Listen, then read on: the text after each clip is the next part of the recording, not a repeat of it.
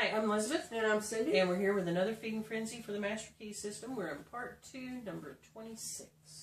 That's right. On the spiritual side, we're still talking about the subconscious. Right. On the spiritual side, it is the source of ideals, of aspiration, of the imagination, and is the channel through which we recognize our divine source. Mm-hmm. And in proportion as we recognize this divinity, do we come into an understanding of the source of power. So what does that one say to you? It just, well, like it says, it's my connection to the one mind, to the divine mind. Mm-hmm. I think, just like we were talking about computers and the processing, that kind of thing, you have to have the ability to process it before you can process it. You know, you can't expect your computer screen to process the information. It takes the processor in order to process it. So I think it takes a bigger mind, a bigger storage area than the conscious mind, in order to talk to the one mind. Right. Because you've got to get at least within the same ball field of information, in a realm of information. A kindergartner can't talk to a college student. They just don't have the capacity to do it. Right. You see what I'm saying? So I consider, like, the conscious mind to be the kindergartner, and, you know, my subconscious mind to be the college student. And you've got to have the capacity before you can make the connection. Right?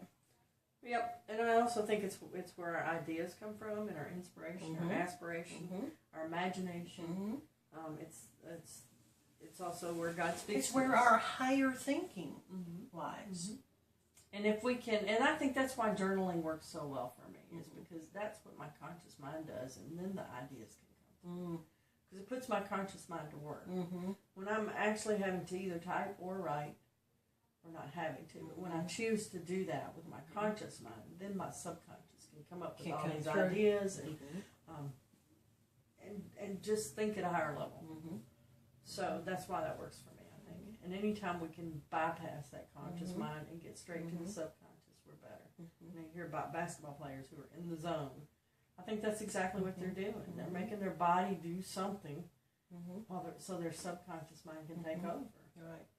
Well, I was thinking, when I was thinking about, you know, the capacity between the conscious mind and the subconscious mind, I was thinking of, you know, a prodigal child who doesn't necessarily consciously have the ability to understand the great talent that they are expressing, but subconsciously have it within them to do it. Do you see what I'm saying? Whether it's playing a musical instrument or painting or sculpting or whatever that is, it has to come from their subconscious mind.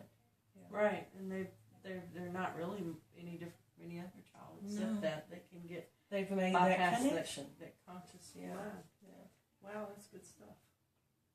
It's good stuff. Sure.